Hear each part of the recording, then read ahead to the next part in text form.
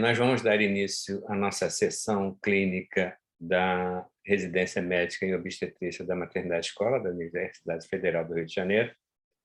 E hoje, como tema, nós escolhemos um tema assim, de extrema importância na obstetrícia atual, né?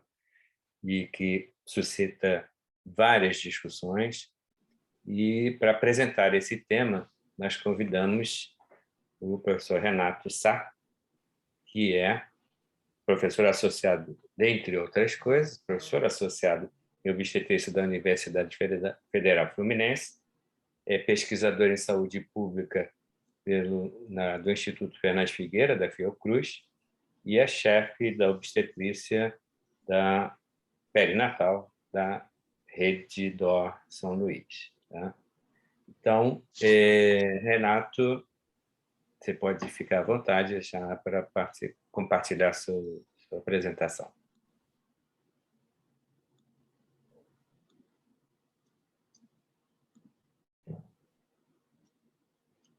Bem, boa tarde a todos. Muito obrigado ao Jair, Cristos, ao professor Nilson pelo convite. É para mim um grande prazer voltar sempre à maternidade escola. Já fui à minha casa um dia, mas nunca cortei de fato o cordão umbilical e me sinto muito honrado em participar dessas reuniões, em especial com os residentes. Muito obrigado pelo convite. Eu vou começar bem do começo, para a gente encadear um raciocínio, que eu acho que isso é a parte mais importante. Primeiro, nós temos que partir de um problema e nós estamos buscando resolver esse problema. A questão é que, entre o problema e a solução, a gente precisa lançar mão de alguma tecnologia que nos ajude nessa solução. Quando a gente fala de tecnologia, obviamente que vem à cabeça alguma coisa computadorizada, mas não necessariamente é uma tecnologia de informática ou uma tecnologia eletrônica, mas nesse caso a gente está até falando um pouco disso. E aí, vamos considerar, por exemplo, que eu quisesse identificar um grupo de um terrorista em meio de um grupo, né, no meio de uma população. Eu poderia, por exemplo, lançar mão desses reconhecedores faciais que a gente tem, que você consegue muito bem, a partir de parâmetros morfológicos da face do indivíduo, identificar mesmo que seja no meio de uma população. Mas percebam vocês que uma tecnologia dessas que parece tão promissora, se nós considerarmos um grupo como esse, essa tecnologia ela perde completamente o sentido. Portanto, entre o problema e a sua resolução e a tecnologia que você vai demandar, isso vai depender, obviamente, do contexto em que você está se colocando, porque não é necessariamente uma tecnologia que serve para uma determinada função ou para uma determinada população que ela, de fato, vai servir como uma resolução para todos os problemas. Portanto, saindo daí, indo para o nosso caso mais específico, eu tenho uma gestante, né, uma paciente ou uma gestante, em que eu quero testar uma determinada condição particular. E, basicamente, essa ferramenta vai nos levar a fazer o diagnóstico dessa condição particular. Isso vai depender, para que nós consigamos montar o diagnóstico, isso vai depender, obviamente, da história, da observação clínica e de testes laboratoriais que nos ajudem a fechar esse processo, e o exame de imagem também nos ajudaria a fechar todo esse contexto. A partir de evidências que nós vamos obtendo em cada uma dessas observações, nós vamos chegar a uma probabilidade de que, de fato, aquela pessoa tenha uma determinada condição que nós estamos considerando. Mas aí a dúvida que fica é o seguinte: quando que vale a pena você lançar mão de um determinado de uma associação de testes ou de um determinado teste especificamente para chegar a uma solução. Isso vai valer a pena quando o teste ou o conjunto de testes que você utilizar, ele mudar a conduta ou ele estabelecer um prognóstico. Não fosse assim, você não precisaria lançar mão dessa determinada tecnologia. E um ponto interessante é você saber o grau de certeza em que essa tecnologia que você está lançando mão vai te ajudar a definir o risco, benefício de um determinado tratamento que você está propondo. Então, o racional do teste de um teste diagnóstico é, no caso aí da gestante, você considerar grupos específicos. Um determinado grupo específico, que são as gestantes de baixo risco, você não precisaria fazer nenhum teste. Um grupo de alto risco, você deveria fazer algum teste. E o risco intermediário seria, então, aquele grupo que mais se beneficiaria para um determinado teste de diagnóstico. Porque quando você considera que o dano causado ao sujeito que se submete ao procedimento e não precisa, se equivale ao dano de não usar naquele que precisa. Isso vai fazer com que a gente consiga prever uma ação, ou seja, você identificar se um teste é útil quando ele, de fato, move essa paciente, aí no caso a gestante, em direção a um lado ou ao outro lado. Se esse teste que você está propondo não for capaz de mudar a posição, você deve considerar se vale a pena fazer ou não. Portanto, o teste diagnóstico do qual nós estamos discutindo, ele precisa estar habilitado a exatamente fazer esse movimento, a mudar de um risco intermediário para um alto risco ou para um baixo risco. Isso vai depender também do risco pré-teste, né? Se a gente tem alguma evidência muito forte antes do teste que a gente está submetendo, pode ser que o risco pré-teste já seja tão alto que a tecnologia que você está usando não sirva para modificá-lo. E do poder discriminatório desse teste. Óbvio que o poder discriminatório a gente entra aí numa outra seara que a gente vai detalhar um pouquinho mais à frente. Então, quando você tem um paciente para chegar ao diagnóstico de uma determinada condição, você pode simplesmente deixar que isso aconteça, e isso vai ser um achado clínico, ou você pode programar o rastreamento para identificar na população quais são as pessoas de risco. Quando você dispõe de uma determinada tecnologia, não é muito ético que você deixe essa condição que você está buscando aparecer como uma surpresa. O ideal é que você consiga rastrear, identificar esse problema para que você, no limite da ética, consiga fazer com que essa pessoa tenha as informações necessárias. E aí entra nesse contexto todo o processo de rastreamento. É todo o processo que a gente vem buscando para identificar nessas populações aqueles grupos que são grupos de fato de maior ou menor risco. É óbvio que tem um problema, né? Quando você está lidando com doenças muito pouco comuns, você tem um baixo risco pré-teste e você vai precisar de uma alta sensibilidade para que você consiga identificar os grupos de risco na população.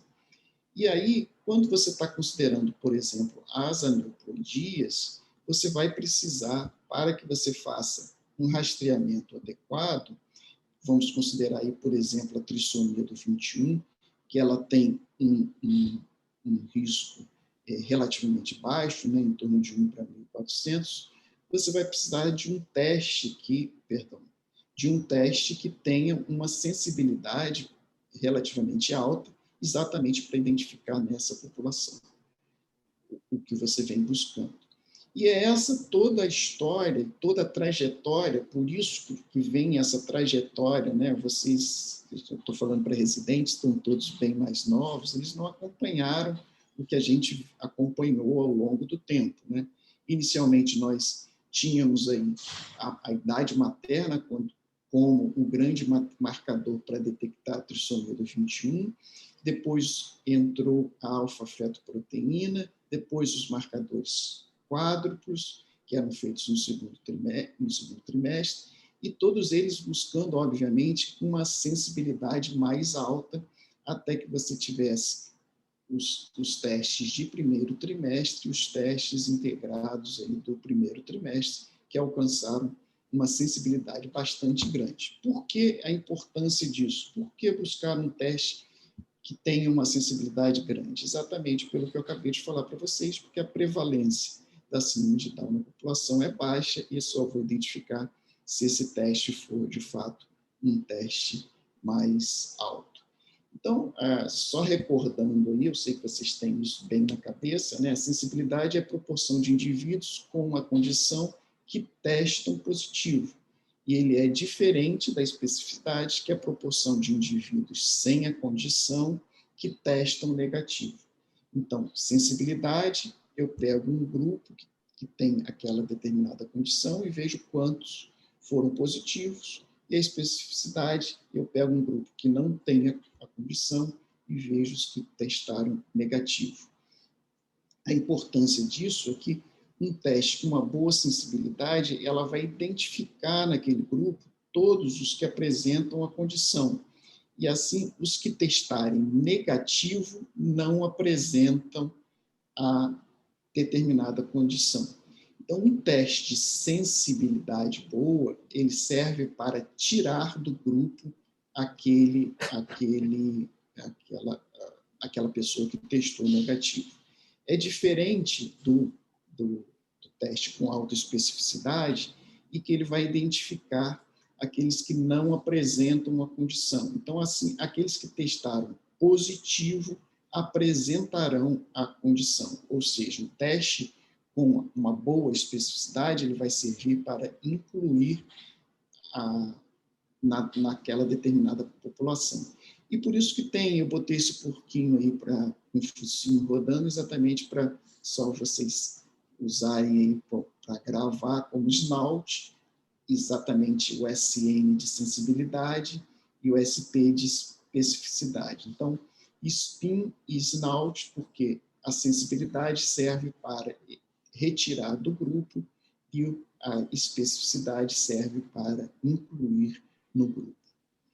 Bom, é interessante que a interpretação dos testes, elas vão depender não só necessariamente da condição, mas qual a probabilidade que existe nessa população em que isso vá mudar a condição. E o que a gente usa para isso é o likelihood ratio, ou a razão de verossimilhança, que é a tradução para likelihood ratio. Em resumo, o que a gente está querendo é ver a chance pré-teste multiplicar pela razão de verossimilhança e você vai ter, então, a chance pós-teste. Isso é bastante útil exatamente quando nós estamos tentando identificar populações em que a grande maioria delas pode não ser suscetível a um determinado problema. Então, quando ele tem um likelihood ratio maior do que 1, ele vai separar melhor os sujeitos com e sem a condição. E é isso, então, que vem se buscando ao longo do tempo, e esse é todo racional. Eu levei esse tempo todo para explicar para vocês só qual é o racional de você usar um teste de rastreamento para síndrome de Down ou para aneuploidias. E aí foi tudo que foi sendo pensado ao longo desses anos, né? A incorporação dos testes laboratoriais, os exames da translucência nucal, os testes sequenciais, depois o teste combinado, depois o teste integrado, e cada um deles aí com uma determinada característica específica para que a gente consiga, então, usar da melhor maneira possível as ferramentas que estão disponíveis para nós. E foi exatamente por isso que eu comecei mostrando aquela questão ali do identificador de face, porque a gente tem que saber se na população que nós estamos estudando, nas condições que nós estamos estudando, qual é o melhor teste, independente de ser o teste que está mais na moda. É essa a grande questão. Infelizmente, a gente, na medicina, tem uma tendência a querer usar o que está mais na moda, e não necessariamente o que foi melhor para aquela paciente ou para aquela população que a gente está estudando.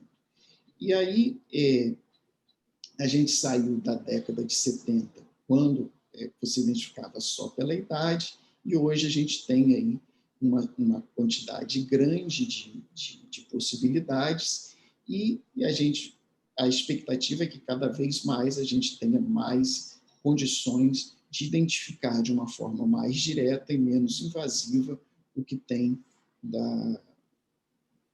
esses marcadores. Então, foi nessa linha de pensamento que partiu aí dessa publicação de 1995, né, a possibilidade de você identificar o DNA do feto na circulação da mãe, e esses conhecimentos, né, produzidos aí na década de 90 é que fizeram a gente chegar, então, ao NIPT, ou como o pessoal da Fetal Foundation prefere, pesquisa do DNA fetal livre no sangue materno. É uma denominação muito mais apropriada do que NIPT, porque Non-Invasive Prenatal Test não é necessariamente o que a gente está fazendo. Então, o que a gente vai buscar é identificar fragmentos do DNA fetal que passam para a circulação materna. E esses fragmentos, então, eles passam por todo um ciclo de processamento, exatamente para que a gente consiga aí identificar esses marcadores, né? Então, o histórico dos testes, né? Então, o primeiro relato da presença do DNA fetal livre foi aquele que eu mostrei para vocês ali em 97. Depois se descobriu que ele é rapidamente eliminado da circulação materna após o parto, que seria muito importante, porque antes se fazia uma pesquisa com hemácias fetais no sangue materno. Essas hemácias fetais elas poderiam sobreviver por um tempo maior. Então, isso aqui foi muito importante na tomada de entendimento e conceituação. Então, o primeiro relato da presença de RNA fetal livre no sangue materno em 2000, e o diagnóstico pré-natal do fator RH por análise molecular, e também no final do século passado. Bem,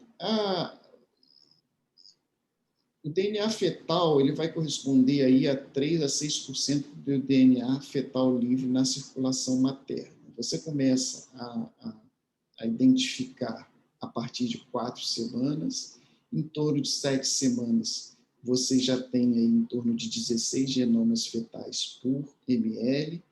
O pico da concentração ele chega ali por volta de 8 semanas, e em torno do terceiro trimestre você tem aí em torno de 80 genomas fetais por ml do sangue materno, e 2 horas depois do parto você já não tem mais nada. Então, esse é o racional para o uso do NIPT, né?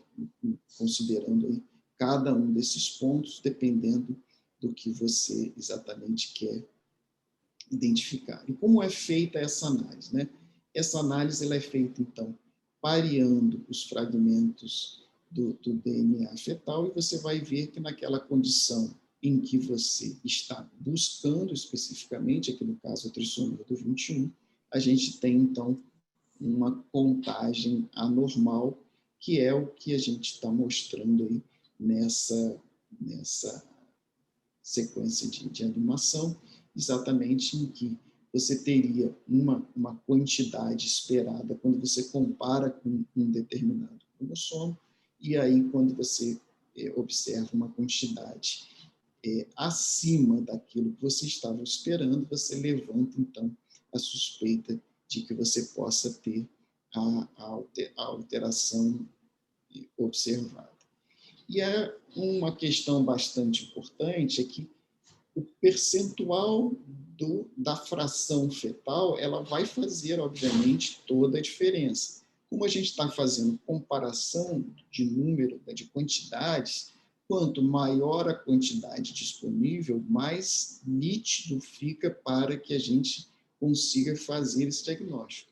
Então, frações fetais abaixo de 4%, elas mostram que a confiabilidade daquele teste não foi boa. E por isso houve uma época que alguns testes estavam se apresentando sem a fração fetal, o que era muito ruim, porque você não conseguia fazer uma interpretação adequada do resultado. Então, aqui mais uma vez, mostrando para vocês, né, como você faz o sequenciamento a partir de cada grupo que você está tentando estudar e como que você identifica aí naquele grupo em que você teve, então, um aumento do volume esperado para uma determinada alteração, aqui no caso considerando a trissomia do 21. Então, quando a gente pensava no rastreamento para a trissomia do 21, lá na década de 60, 70, era baseado especificamente na idade materna, e a taxa de detecção era em torno de 30%. Com a bioquímica, isso subiu para em torno de 70%, com os testes combinados em torno de 90%, e os testes combinados mais ampliados, eles chegaram aí a 97%.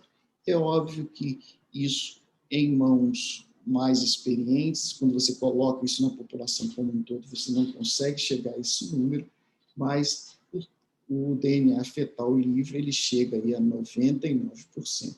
Se nós tomarmos aí numa população em que você teria 100 mil gestações, em que a nossa expectativa era de encontrar aí 200 trissomias do 21, o DNA fetal livre ele seria capaz de identificar aí 198, enquanto que a idade materna identificaria apenas 60. Isso variando, obviamente, com a taxa de falso positivo. Percebam que a proporção que a gente melhorou o resultado, vocês observam que a taxa de falso positivo também caiu, o que é bastante importante, uma vez que a gente está considerando que o teste de diagnóstico é um teste invasivo e que, dúvidas à parte, ele representa, de alguma forma, um risco aumentado para uma determinada gravidez. Então, o DNA fetal livre no sangue materno, com essa taxa de detecção de 99% e com um valor, uma taxa de falso positivo de 0,8, ela acaba tendo uma razão de verossemelhança, uma Lockwood Ratio, para os casos positivos, multiplicado por 1.238, e para os casos negativos, multiplicados por 100. O que a gente quer dizer com isso? Se uma mulher tinha um risco basal, aqui só tomando como exemplo, em torno de 1 para 100, e o teste deu positivo, então a gente vai aí para um risco de 1 para 1.800. Isso, enquanto se ele for negativo, a gente vai para um risco de 1 para 10.000, o que faz uma boa forma de discriminação. Bem, caracteristicamente, aí, até por uma questão de definição, a gente precisaria que um bom teste de rastreamento fosse um teste que tivesse uma boa taxa de detecção, e, de fato, o DNA fetal livre no sangue materno tem, uma baixa taxa de falso positivo, e também tem 0,08, e um custo, no entanto, ele não tem um baixo custo, e ele, embora seja pouco invasivo, em torno de 4% da população que você estuda, o resultado ele não é conclusivo, então seriam aí os 2 pontos contra. E por isso eu volto àqueles conceitos iniciais que eu havia falado. Não adianta fazer um teste simplesmente porque ele está na moda. Se você não souber como você sai dessa armadilha aqui, você fez a gestante gastar ali, vamos supor, aí 2 a 3 mil reais, e aí vem um resultado desse. O que você faz a partir daqui? Por isso que é importante que você tenha um conceito mais amplo e não fique especificamente preso ao resultado que vem do laboratório. Então, quando você considera aí o que as sociedades falam, né, você tem aí, né, nesse guideline da sociedade canadense, que ela resume bem o pensamento geral, embora seja de 2013. Então, o teste pré-natal não invasivo utilizado, ele para testar a trissomia do 21, do 13 e do 18, ele deve ser uma opção disponível para as mulheres de maior risco, ao invés de ir direto para a amniocentese. Tem outras coisas que a gente pode discutir um pouco mais para frente o porquê disso. O aconselhamento pré-teste dessas mulheres deve incluir uma discussão das limitações do teste pré-natal não invasivo, exatamente aqueles que eu falei. Você tem que deixar claro quais são os limitantes até a possibilidade de não se chegar ao diagnóstico. Isso aqui é extremamente importante que esse guideline coloca, que nenhuma decisão obstétrica irrevogável, aqui no caso, como é no Canadá, eles estão falando especificamente da interrupção da gravidez, deve ser tomada em gestações com resultado de teste pré-natal não invasivo positivo, sem que você confirme esse teste de diagnóstico. Embora o teste de DNA fetal livre no sangue materno pareça muito promissor como um teste de rastreamento de síndrome de Down e de outras alterações, os estudos em gestações de risco médio e uma redução significativa do custo da tecnologia são necessários antes que a gente possa substituir a triagem materna atual utilizando marcadores bioquímicos séricos com ou sem ultrassom da translucência nucal fetal. Então, isso volta naquele slide que eu mostrei ali para vocês.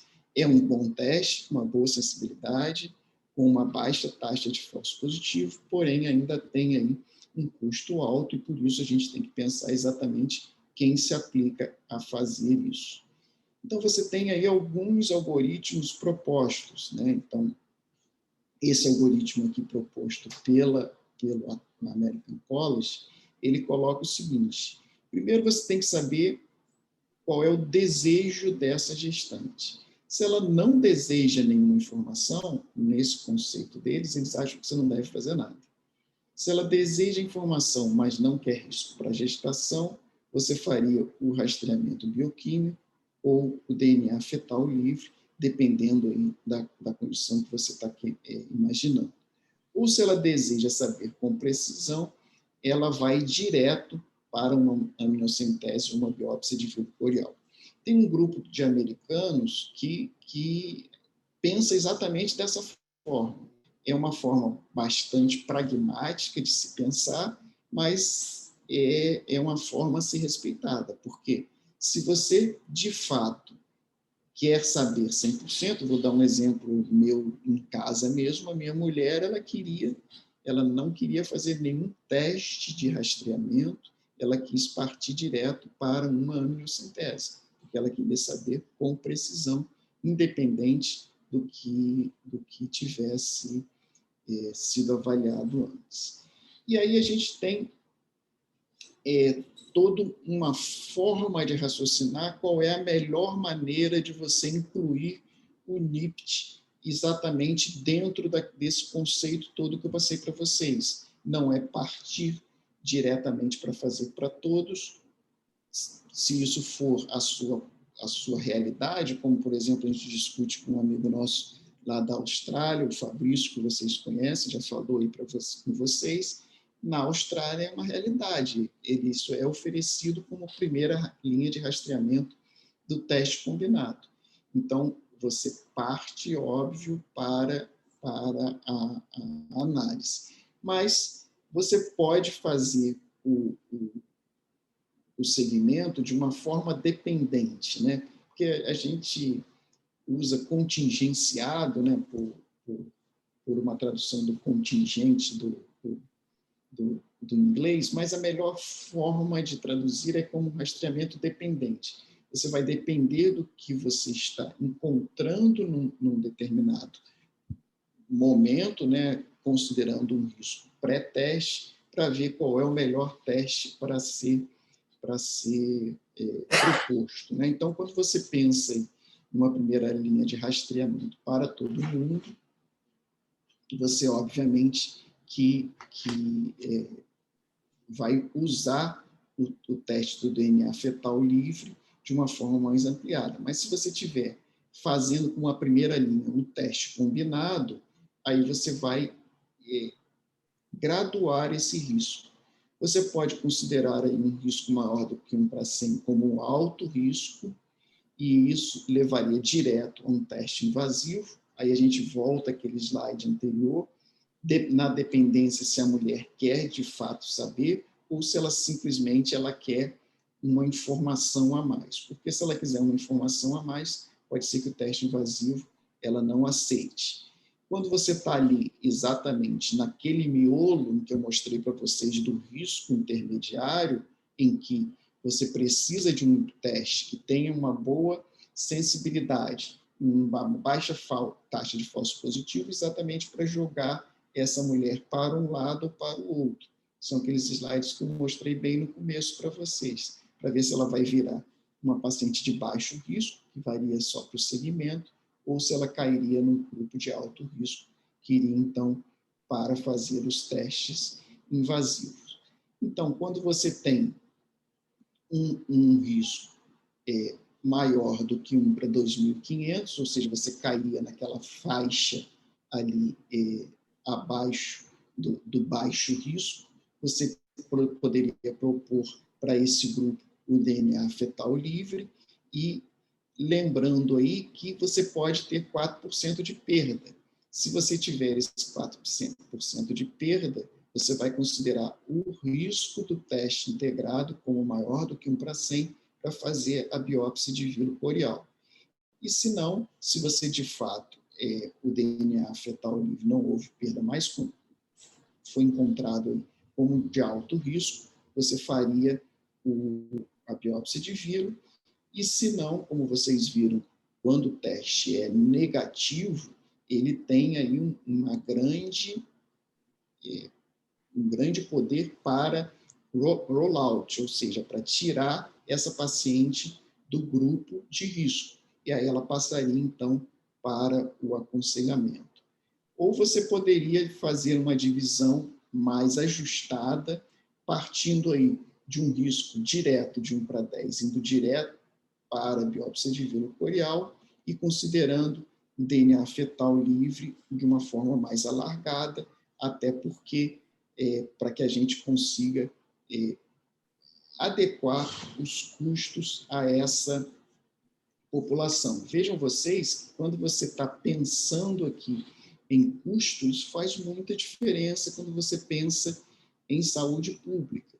Percebam vocês que quando você faz uma análise baseada somente nos testes combinados, né, com uma taxa de detecção em torno de 81%, o custo por síndrome de Down diagnosticado, né, para prevenir cada um dos casos de síndrome de Down, variam aí de $220 mil a $190 mil, exatamente na dependência de você adequar a forma de utilizar. Percebam vocês que se vocês usarem o DNA fetal livre como um teste de rotina, vocês gastariam em torno aí de $770 mil para identificar um caso. Ao passo que se você faz o teste contingenciado, traduzindo daquela forma melhor que eu falei para vocês, um teste dependente de resultados anteriores, esse custo ele vai caindo de maneira bastante significativa, chegando a uma maior viabilidade econômica quando a gente considera estudo populacional. Então, estou chegando aí para a parte final da nossa exposição. Então, o teste ganhou o nome de NIPT, por isso, Non-Invasive Prenatal Testing, e ele, obviamente, que ele é opcional, e ele pode ser feito aí a partir, por volta de 10 semanas, né, o melhor momento para fazer, e a ideia é exatamente identificar a fração livre do DNA fetal aí no sangue materno, e ele, obviamente, consegue, a partir disso também, identificar o sexo desse bebê. Então, numa amostra de sangue materno, a gente vai identificar aí uma pequena fração de DNA livre que está relacionado à parte fetal. A partir dessa amostra de sangue, então, você faz aquelas análises que a gente detalhou para vocês, em busca exatamente de uma determinada condição genética, que hoje ela vem se alargando um pouco, não só nas condições cromossomiais, mas também em condições outras, como, por exemplo, as microdeleções. Então, como a gente estava falando, ele identifica, em especial, todas essas principais síndromes cromossomiais e também as microdeleções, que é uma possibilidade, então, da gente alargar um pouco mais esse conhecimento e de explicar de uma maneira mais tranquila para essa gestante o que deve ser feito. Lembrar que o resultado ele pode diminuir o risco ou aumentar o risco para aquela determinada patologia. É isso que ele faz, nada mais além disso. É um teste de rastreamento. É um teste de rastreamento muito bom? Sim, é um teste de rastreamento muito bom, mas ele não serve para especificamente fazer o diagnóstico. O diagnóstico é feito por uma coleta, uma imunocentese, exatamente quando você identifica o alto risco dessa determinada condição que você está buscando. Então, quando você imagina o que você vai fazer com aquela paciente que chegou ao seu consultório buscando a informação, você sabe que o NIPT nada mais é do que uma das ferramentas para que a gente consiga identificar o risco, saindo especificamente da questão da idade e chegando com uma maior precisão a uma decisão sobre o que fazer em termos da busca. Então, como a gente vai decidir a respeito de cada uma dos testes que você tem, isso vai depender, obviamente, do quanto essa mulher quer saber a respeito do risco ou não. Se ela, de fato, ela quer algo que seja de muita certeza, aí a gente tem que partir direto para um procedimento invasivo. Se a gente está pensando num estudo populacional, o ideal, pelo que eu mostrei ali para vocês, em termos de custo, seria você fazer um teste dependente, ou, se preferir, um teste contingenciado, e usar o DNA fetal livre numa população muito bem marcada, e exatamente para identificar aqueles que têm, então, um maior risco para aquela determinada condição. Os testes de dosagem de determinadas substâncias, em especial o beta-HCG livre e o PAPI, eles ajudam, junto com o ultrassom, a fazer aí a primeira linha de rastreamento para a identificação do risco dessa gestante, e a partir daí a gente faria, então, o teste a seguir na dependência do risco ter sido alto, ou baixo ou intermediário, na dependência do que vocês aconselharam para essa gestante. Naquele grupo do alto risco, a gente já falou para vocês que o ideal era partir direto para um teste de diagnóstico, e é isso, então, que vem mostrando aqui o tanto que você busca e qual a sua possibilidade de identificar, dependendo do ponto de corte que você usar. Até isso você pode ajustar para que você consiga, numa determinada população, usar de uma maneira mais alargada ou mais restrita o DNA fetal livre, ou os testes invasivos, usando, obviamente, um menor grupo possível para ser submetido ao risco.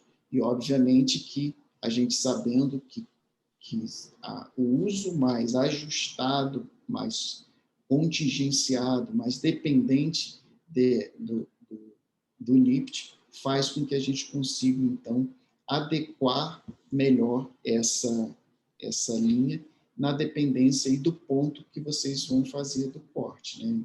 Você pode usar essa primeira linha de corte com um risco de 1:100, ou vocês podem usar uma primeira linha de corte com um risco de 1:10, sabendo aí que a forma como que vocês deslocam cada um desses riscos aumenta ou diminui a chance de detecção e a possibilidade de fazer mais testes, fazer mais ou menos, testes invasivos. Então, as mensagens finais são exatamente de que a gente ainda acha que o ultrassom ele tem um papel importante como uma primeira linha de rastreamento, e talvez os testes bioquímicos naqueles locais em que tem a disponibilidade de fazê-lo, para que você consiga fazer um bom algoritmo, e que lembrar que esses testes que a gente está usando, eles não são testes de diagnóstico, eles são testes de identificação de risco. E cada um desses testes que a gente for utilizando, a gente tem que fazer, obviamente, que um aconselhamento adequado, voltando aqui a falar para vocês da importância da fração fetal como um ponto a ser perseguido para que vocês tenham uma melhor qualidade de resolução deste diagnóstico. Então, é importante que a gente tenha aí em mente todas as opções. É um direito da mulher não fazer nenhum teste, é um direito da mulher fazer uma pequena parte do rastreamento, e é um direito da mulher querer fazer diretamente o teste diagnóstico. E é onde a gente entra aqui nessa decisão.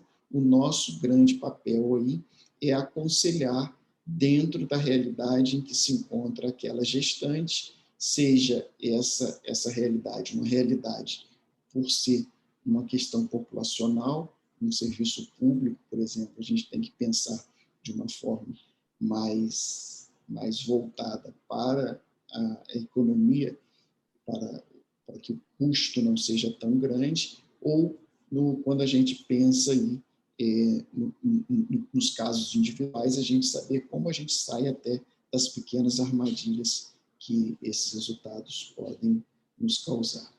Eu acho que era isso que eu queria passar para vocês. Eu queria fugir um pouquinho daquele lugar comum de detalhar o que é o NIPT e passar para vocês uma forma mais geral, exatamente porque eu acho que novos testes aparecerão, e mais importante do que a gente saber lidar com um teste, é a gente saber como lida com esses testes como um todo. Eu acho que era isso, professor Nilson. Ok, Renato, obrigado pela sua exposição, bastante detalhada, profunda, E é exatamente o que estávamos esperando, e realmente você trouxe um grande número de informações para a gente. Tá? Eu queria, inicialmente, então, primeiro abrir primeiro a sala, né? Se alguém tiver alguma dúvida, depois, pontualmente, alguns colegas podem fazer os comentários. Então, eu deixo aberto para a sala, os residentes, todo mundo pode fazer algum questionamento, alguma dúvida, e depois, então, a gente faz algumas ponderações ou tira algumas dúvidas. Vou abrir o áudio aqui de todo mundo, professor. Ok, então os residentes também podem participar. Inclusive, a gente combinou que os residentes iam perguntar primeiro, lembra?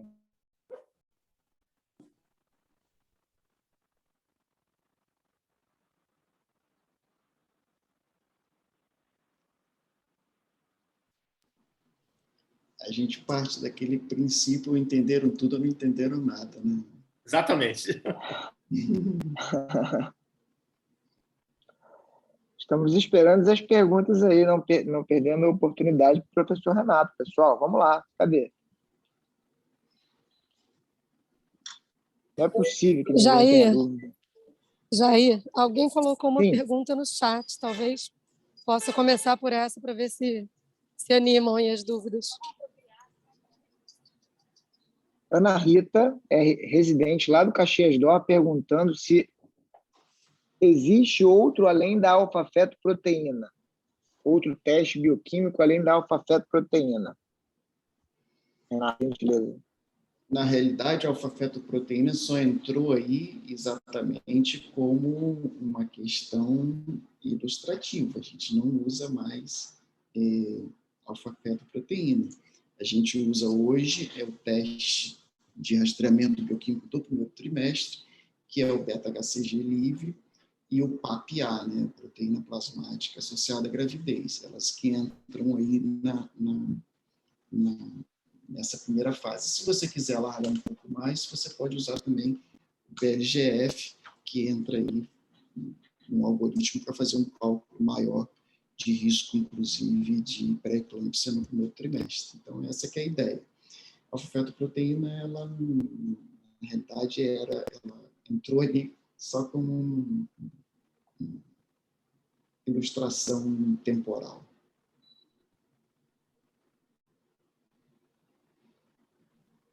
Estão perguntando se vai ficar disponível a gravação. Eu não tenho nenhuma objeção com isso, não, tá, Jair? Não sei se vocês têm alguma. Renato, Sidney, tudo bem? Esse residente aí está muitos anos na residência. A R15, né? Sabe dizer se o SUS, ele... Eu não sei se no Instituto Fernandes Figueira, algum local, ele oferece o PAPA ou o HCG, ou não, porque totalmente voltado, né, para o objetivo da unidade, né? Sabe dizer, não? Sei, sim, e a resposta é não. Não. Não oferece. Na realidade, acho que o Jair está participando, a Maternidade está participando também, a gente está fazendo aí um levantamento, chama-se SPREBRA. Eu não gostei desse nome, mas foi o nome que ele ganhou, que é uma avaliação da adequação do rastreamento do primeiro trimestre para a nossa população, até na tentativa de se buscar uma validação disso para a rede SUS. Então, eu acho que leva tempo, né? Isso é uma coisa que precisa ser construída, as pessoas precisam entender. Eu tentei, um tempo atrás, avaliar a questão dos custos da aplicação desse teste na rede pública, mas também não é uma análise tão simples, né? Porque a gente fica assim, o teste custa tanto, mas quando você pensa isso numa população, né? Estou falando até porque a gente discutiu com os economistas lá da FF, eles consideram tudo, né? Não é simplesmente o preço que você paga no kit. É a luva que você usou, a seringa, a agulha, o tempo do profissional que manipulou aquele exame. Então, tudo isso entra no custo. Porque quando a gente está falando aí numa população de 200 milhões de habitantes, né, você tem que pensar que uma agulha que custa, uma vacina que custa $1, se vender 200 milhões, são 200 milhões de dólares. Né? Então, faz sentido que sim, de fato precisa. E o que deixa a gente com pena é que esses estudos não são feitos por falta de financiamento. Esse estudo que eu estou conversando com vocês, ele não foi à frente por falta de financiamento, porque quem vai pagar esse estudo todo em termos de tanto detalhe para que a gente valide se vale a pena ou não fazer no SUS. Então, e aí a gente cai naquela outra ponta. A proporção que você faz uma escala grande, você diminui o preço. Então, passa a valer a pena. Isso tudo é coisa que precisa ser estudada. Né? É uma pena que caminho a gente tenha uma política de prevenção muito fraca. E a política de prevenção, quando a gente fala de Down, ela acaba sendo fraca porque as pessoas pensam na política de prevenção que é feita na Europa, nos Estados Unidos, que simplesmente é interromper a gravidez. Mas não é isso que a gente está falando. Quando você identifica um Down, a gente sabe que ele tem um alto risco, por exemplo, de uma cardiopatia congênita. E se esse Down nasce numa unidade que não tem nenhum recurso, ou que minimamente não passou por um rastreamento de cardiopatia durante a gravidez, você acaba sobrecarregando o sistema de saúde com um custo adicional ao outro. Então, se você tem, e faz todo sentido o rastreamento dentro do conceito do SUS, né? Se você tem ali numa unidade básica, você faz um rastreamento, identifica um bebê com Down, ele vai ter que ser encaminhado para uma maternidade escola, para Fernandes Figueiredo, locais em que podem receber esse bebê após o nascimento. É diferente de nascer numa maternidade de baixo risco, e aí você tem uma sequência de complicações. Um erro numa abordagem nesse período neonatal vai levar a consequências que essa criança vai carregar para a vida inteira. Então, quanto melhor for o potencial que essa criança chegar, melhor é para a nossa sociedade. É um conceito completamente diferente do conceito americano ou europeu, que é de interromper a gravidez. Para nós, é um planejamento, é um plano de cuidado para essa criança. Obrigado. Falei tão bonito que eu acho que vocês até votavam em mim para secretário de saúde. Né? Renato, tem uma pergunta aqui sobre a gestação gemelar, o NIPT na gestação gemelar. Acho que é interessante falar um pouquinho. É interessante. Sim, o NIPT ele é possível de ser feito em gestação gemelar. Isso era uma limitação no passado, não é mais hoje. Lembrem-se que as alterações cromossomiais nas gestações gemelares, embora elas possam ter uma maior frequência do que nas gestações únicas, elas têm uma prevalência em números macro muito baixas. Então, a gente volta naqueles primeiros slidezinhos que eu mostrei lá. Quanto menor a prevalência, maior deveria ser a sensibilidade do teste. Então, existe efeito, mas ele não tem exatamente o mesmo desempenho do NIPT para a gestação única, exatamente por isso, pela prevalência ser mais baixa.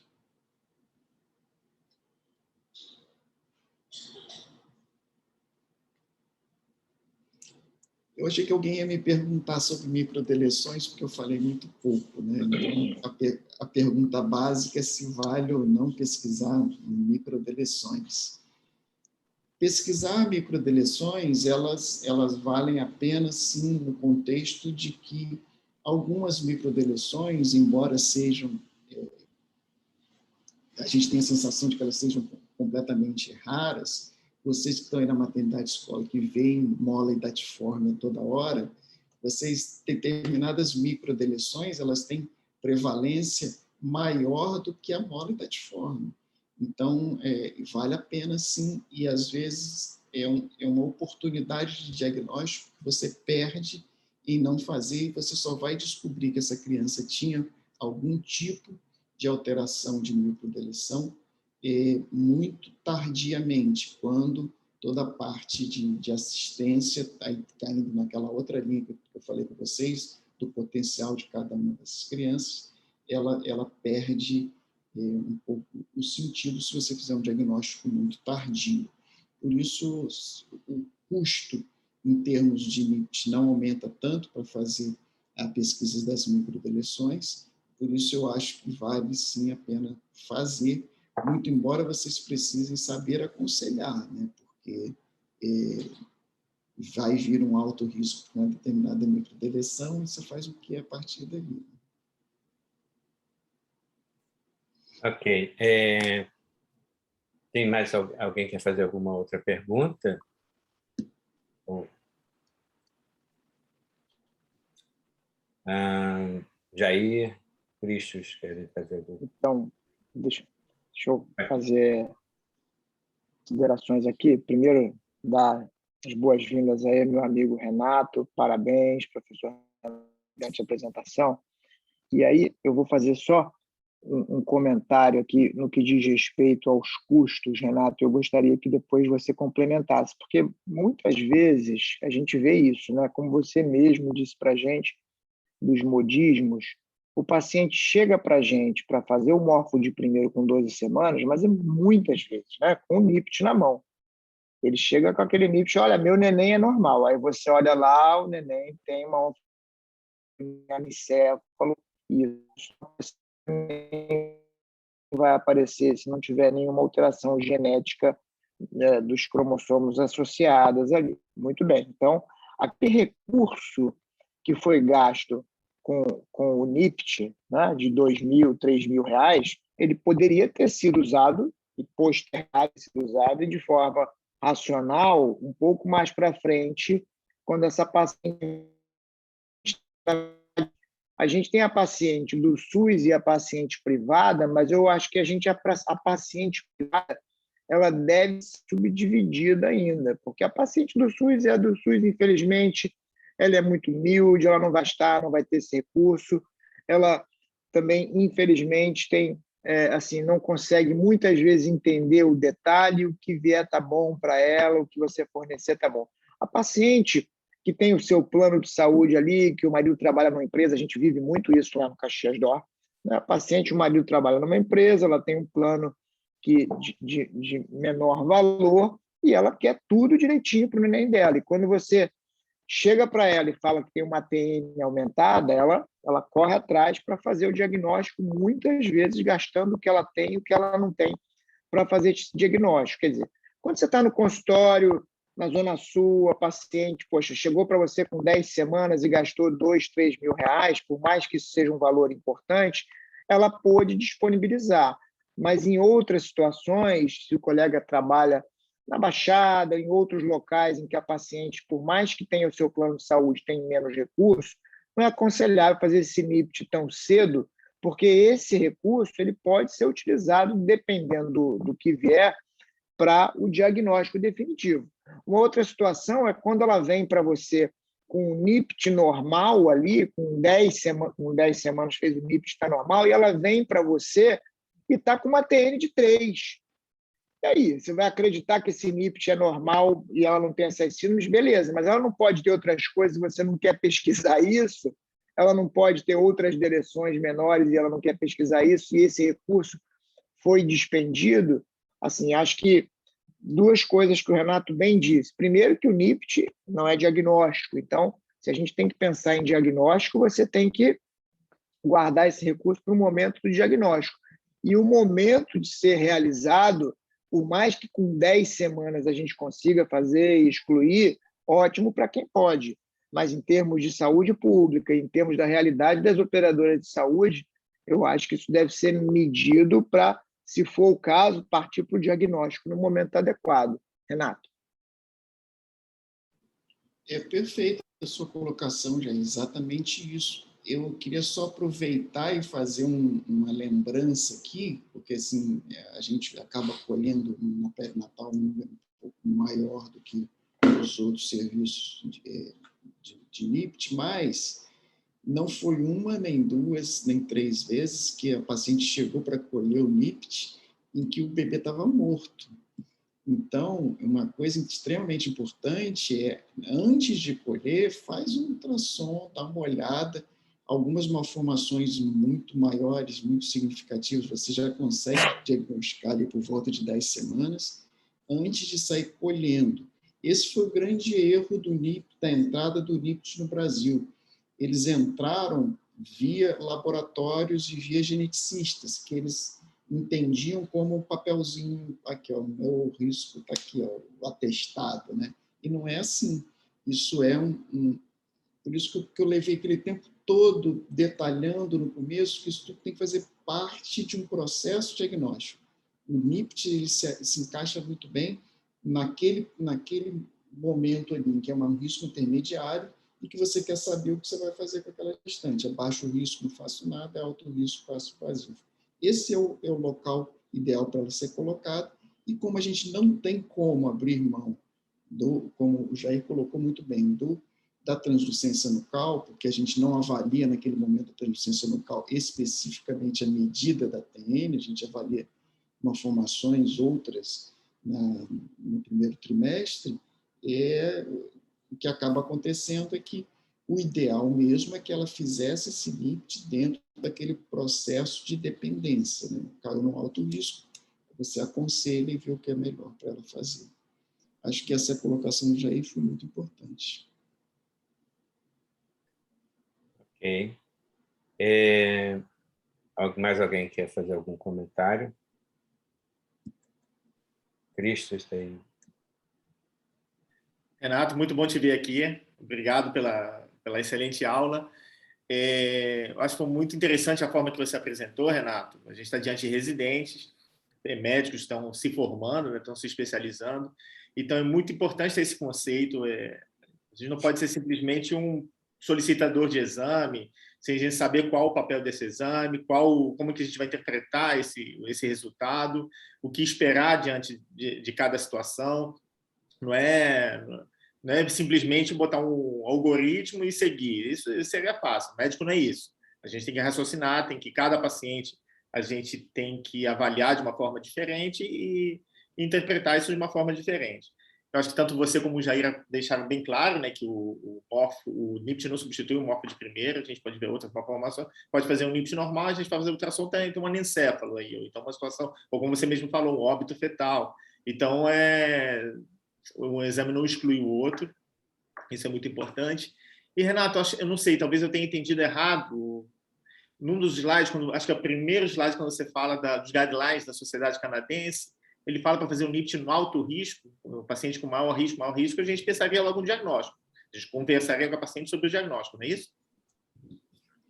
Não, não sei se talvez eu não tenha sido muito claro, era para você fazer mais ou menos naquela população intermediária, em que você não era, a visão deles é você não fazer como um teste universal, diferente da Austrália, por exemplo, né? A ideia era isso.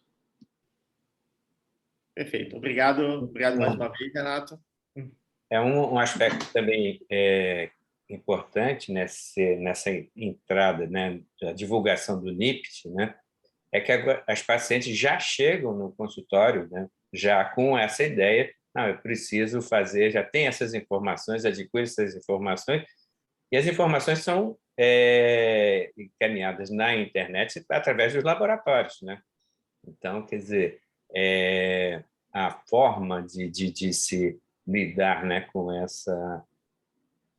com esse teste, né, veio de uma forma realmente, como o Renato falou,